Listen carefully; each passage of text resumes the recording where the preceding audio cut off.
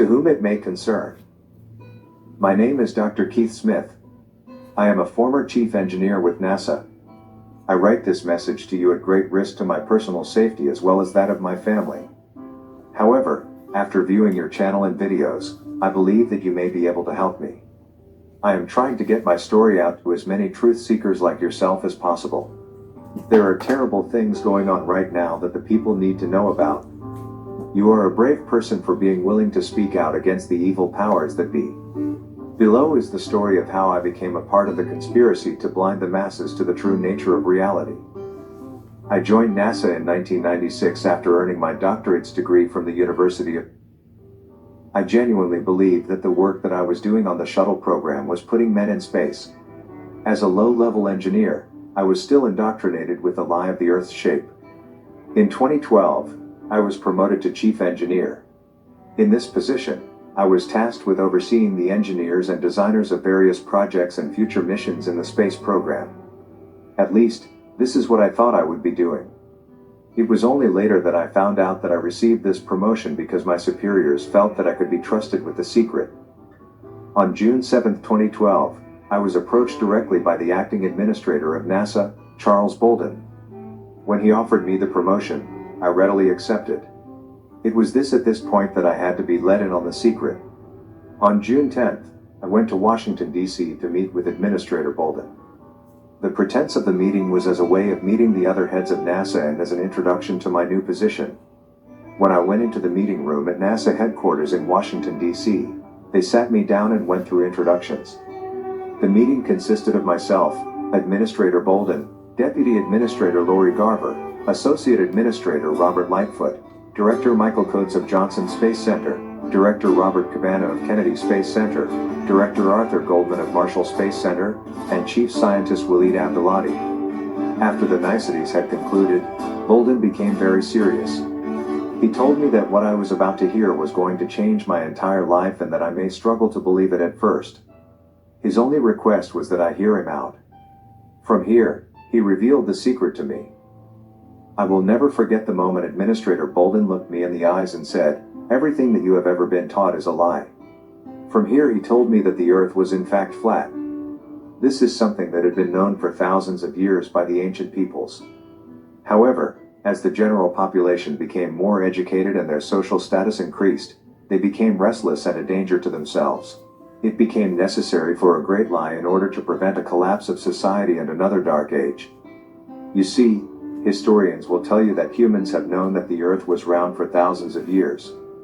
They will point to the likes of Eratosthenes saying that he knew the Earth was a globe in the 3rd century BC. They will even say that he calculated the circumference of the globe to within 1% accuracy by having Bemidus measure the distance between Alexandria and Syene by walking the distance and counting steps. However, these historical records have been fabricated and left for the historians and archaeologists to discover. It was only 200 years ago that the true nature of the Earth was general knowledge. However, all records of this knowledge have been destroyed. I was also told that NASA's true purpose was not space exploration but maintaining the globe conspiracy and maintaining the integrity of civilization. When Administrator Bolden had finished, I was left in utter shock at what I had heard. Surely this could not be true. It must be some form of trick or joke. In fact, when Bolden finished, I just laughed at him. However, Bolden maintained his composure. He told me that he too reacted the same way when he heard the truth. Others in the room went about recounting their stories of first hearing the truth. In fact, Director Goldman said that it took him months to be fully convinced. I was told to go back to my hotel and think it over. At first, I was in denial of the truth. It took weeks before I fully accepted what I should have always known. The other senior NASA officials were very supportive of me throughout the process, being patient with my many questions. As chief engineer, my main job was coming up with plausible designs to then pass down to lower-level engineers. They would then properly design and even build the spacecraft. They never knew that what they were designing would never go to space. It was my job to ensure that.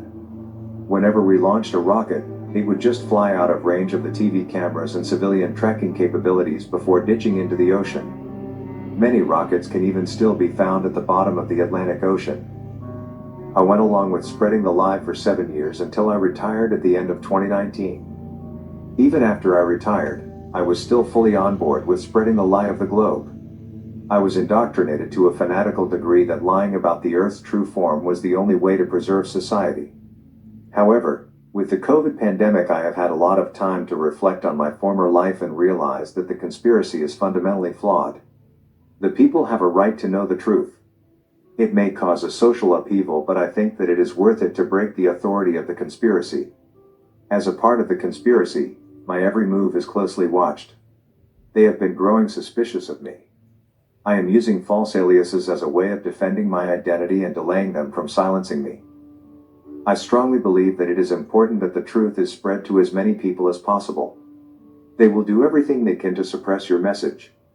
It is no accident that YouTube and similar platforms are cracking down on conspiracy videos. I hope you find this information helpful. Please feel free to reach out with any questions that you may have. I will try my best to be responsive for as long as possible. Thank you. Dr. Keith Smith.